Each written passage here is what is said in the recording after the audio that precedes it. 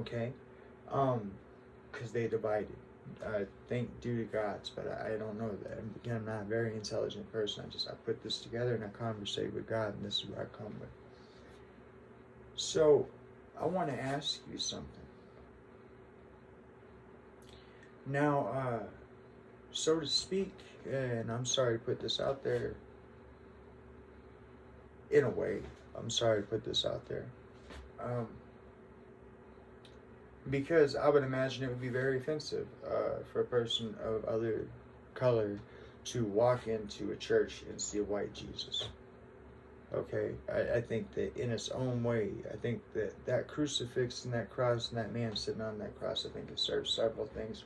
One of them is that the Roman Empire won, and I'll get into that, because you are literally worshiping the idol of the Roman Empire killing the Son of Jesus, or killing the Son of Jesus, killing the Son of God.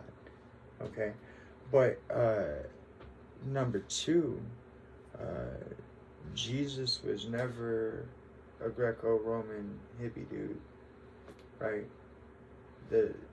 No, okay, and I want to get into that right here, right now. So first and foremost, Jesus, at the very least, would have had to have been a Jew, right? Because the prophecy wasn't about Roman Greco people. The prophecy was about Jewish people. But see, that's where Miss YEMAYA helped me to understand something that I want to point out to you. See, if you go in the Bible, you will find that where did the Jewish religion come from?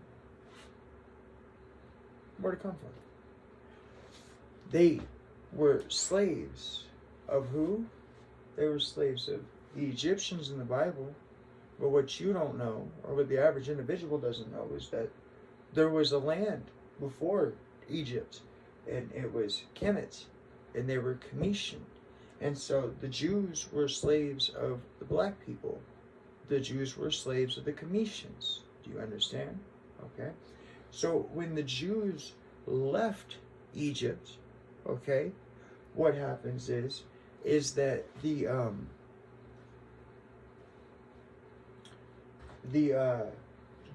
gods, the deities, the parts of worship that were in Commission culture that had been handed all the way down into Egypt, okay, the slaves, the Jews, got to see this this religion and these rituals and such as that, but truthfully speaking, they only actually got to see so much of it because there would have been places that they weren't allowed, okay? Which brings me to my first racist word that I've ever heard outside of white racism, and that is Gentile, right? You're either Jewish or you're a Gentile, okay?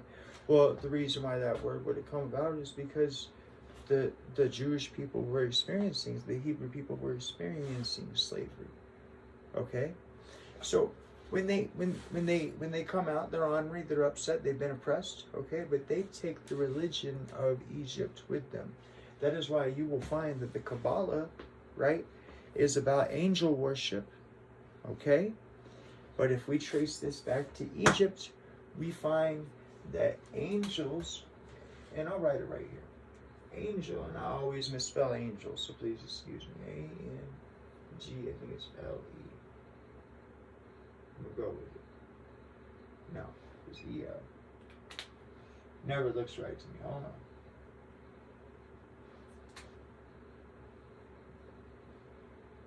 Okay, angel equal, ready for this? And I'll spell it real big for you right here. Net, N-E-T, Ru. I probably misspelled it. That's who them bad boys are. The Netzaru. Okay? You've heard of them. You've heard of Anubis. You've heard of the Netzaru. Okay? The peoples that the Commissions worshipped.